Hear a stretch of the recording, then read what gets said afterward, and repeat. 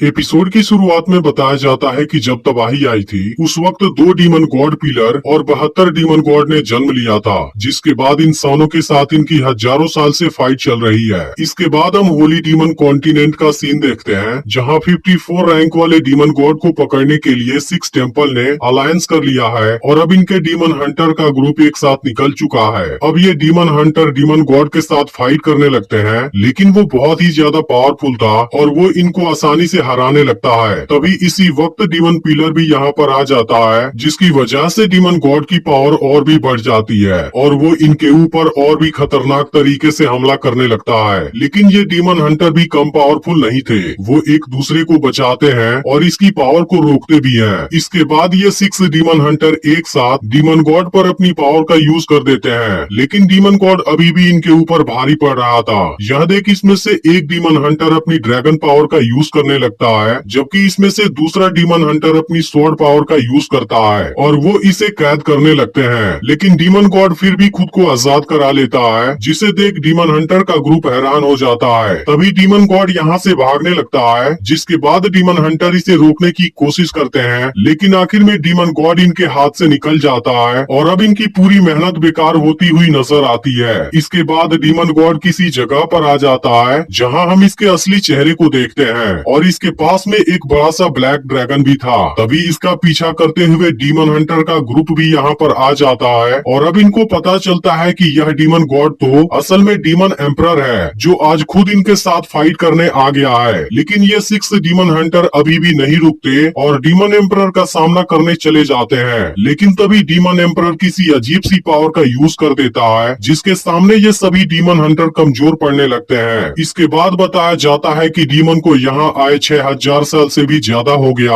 और इंसान इतने समय से लगातार हजारों सालों से इनके साथ फाइट कर रहा था, लेकिन वो आखिर में फेल हो गया। फिर भी इंसानों के अंदर हार नहीं मानने की क्वालिटी होती है, इसलिए इसमें से एक डीमन हंटर अपने ड्रैगन पावर का यूज करने लगता है, जिसकी पावर बहुत ही ज्यादा खतरनाक लग रही थी, क्योंकि वो किसी भी कीमत पर पीछे नहीं हटना चाहता था। इसके बाद इसकी बॉडी पर एक पावरफुल आर्मर आ जाती है और वो अपने बहुत से क्लोन के साथ डीमन एम्परर की ओर जाने लगता है और फिर उस पर एक पावरफुल अटैक कर देता है। लेकिन डीमन एम्परर इस बार भी इसे बुरी तरह से जख्मी कर देता है और इस पर खतरनाक तरीके से हमला कर देता है। लेकिन इसके बावजूद भी डीमन हंटर हार नहीं मानता। तभी अचानक से डीमन एम्परर इस पर अपने ड्रैगन से अटैक कर देता है और खुद यहाँ से गायब हो जाता है, जिसे देख सब हैरान हो जाते हैं और किसी को समझ नहीं आता डीमन एम्परर अचानक से चला क्यों गया। लेकिन फिर बताया जाता है इसी के साथ उस दिन एक और भी अजीब सी घटना हुई थी, जहाँ लॉन्ग सिन्यू की वाइफ बाईयू भी रहस्यमय तरीके से गायब हो गई थी। फिर हम देखते हैं कि वहाँ पर कुछ डीमन आए थे और बाईयू से कहते हैं कि अब आपको चलना होगा, क्योंकि डीमन एम्परर आपसे मिलना चाहते हैं। और अब उसके जाने की वजह से इंसानों की दुनिया में कुछ समय के लिए शांति हो जाती है। लेकिन इसी के साथ डीमन और इंसान के तकदीर में भी कुछ बदलाव हो गए थे, क्योंकि उस रात डीमन एम्परर के आने की वजह से उसने अकेले ही रहने की इच्छा की। लेकिन फिर भी जिस दिन सवेरा होगा उस वक्त ईस्ट डायरेक्शन में एक स्टार चमकने लगेगा।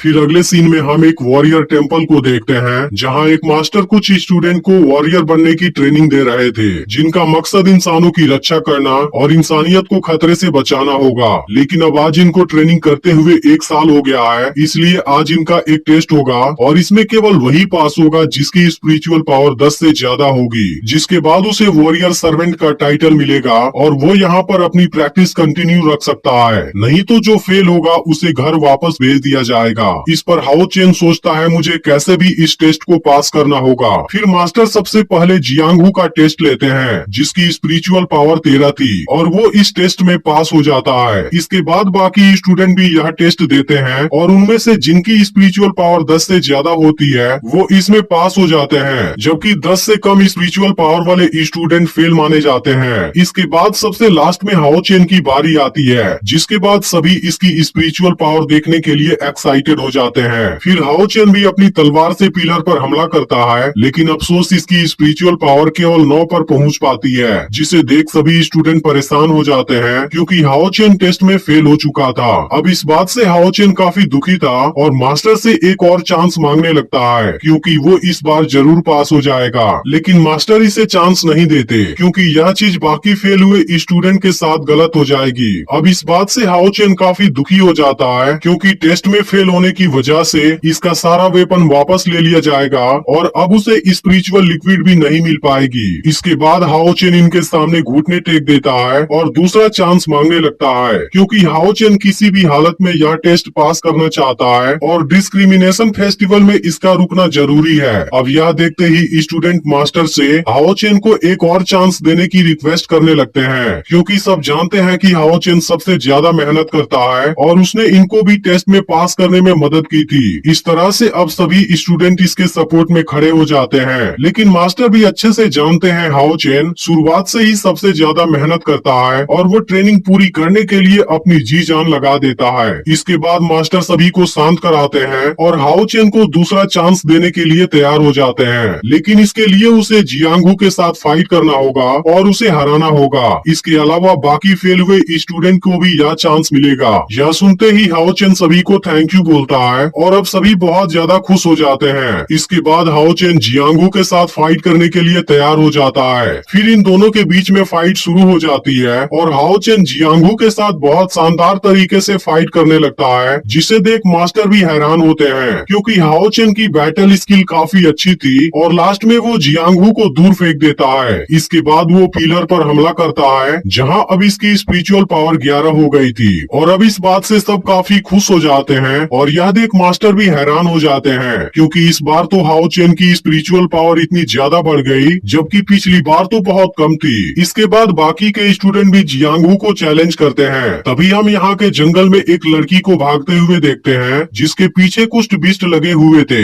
लेकिन लड़की भी टैलेंटेड थी। वो खुद को इनके अटैक से बचाती है और बीच बीच में इनका बैंड भी बजाती है। तभी कुछ बिस्ट इसके काफी नजदीक आ जाते हैं, जिसके बाद लड़की एक वेपन से इनको मारना शुरू कर देती है, लेकिन इस दौरान एक बिस्ट इसके पैर पर पंजा मार देता है और वो इसके ऊपर भारी भी पड़ने लगता है। अब यह देखते ही लड़की तेजी से ऊपर की ओर भागती है, जहाँ इसे वॉरियर टेम्पल नजर आता है, लेकिन तभी बिस्ट फिर से लड़की पर हमला कर देते हैं। इसके बाद हम फिर से वॉरियर टेम्पल का सीन देखते हैं, जहाँ पास हो गए स्टूडेंट बहुत खुश थे और यहाँ उन सभी के पेरेंट्स भी उनसे मिलने आए थे, लेकिन हाओ चेन अकेले ही खड़ा हुआ था और उदास होकर इनको देख रहा था। लेकिन तभी मास्टर इसके पास आते हैं और इसे स्पिरिचुअल लिक्विड देते हैं, जिसके पीने से इसकी स्ट्रेंथ और स्पिरिचुअल पावर दोनों बढ़ेगी। फिर पूछते हैं क्या तुम इसे रोजाना पीते हो, क्योंकि तुम्हारी बैटल परफॉर्मेंस तो बहुत अच्छी है, लेकिन तुम जितनी मेहनत करते हो उसके हिसाब से तुम्हारी स्पिरिचुअल पावर इतनी कम नहीं होनी चाहिए थी।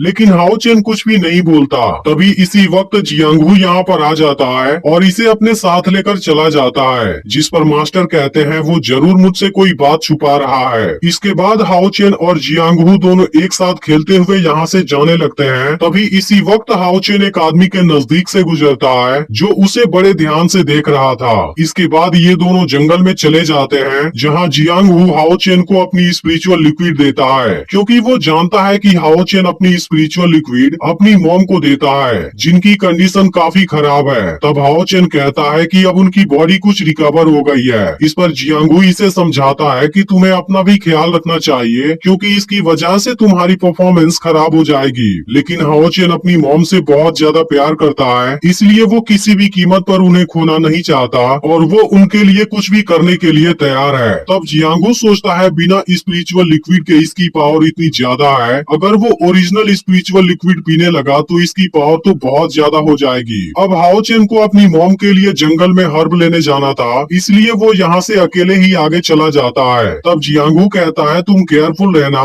क्योंकि मैंने सुना कि सामने वाले माउंटेन में कुछ बिस्ट गए हैं। अब हाओ जंगल में हर्ब लेने लगता है, लेकिन तभी इसके पीछे कुछ गिरता है। यह देख हाओ चेन अपनी तलवार निकाल लेता है, क्योंकि इसे लग रहा था यहाँ पर कोई बिस्ट आ गया है। फिर वो इस जगह को चेक करता है, जहाँ इसे एक लड़की बेहोश पड़ी हुई नजर आती है और असल में वो वही लड़की है जिसका बिस्ट पीछा कर रहे थे। इसके बाद हाओ चेन लड़की के पास आता है, जो इसे बहुत ब्यूटीफुल लग रही थी। फिर वो इसे जगाने जाता है, लेकिन तभी लड़की बिना कुछ सोचे इसकी गर्दन पर चाकू रख देती है और फिर एपिसोड यहीं पर एंड हो जाता है। तो यह वीडियो आपको कैसी लगी आप कमेंट करके जरूर बताइएगा, और इसके दूसरे और तीसरे एपिसोड भी जल्द अपलोड होंगे, इसलिए आप इसे जितना हो सके उतना लाइक और शेयर कर दीजिएगा।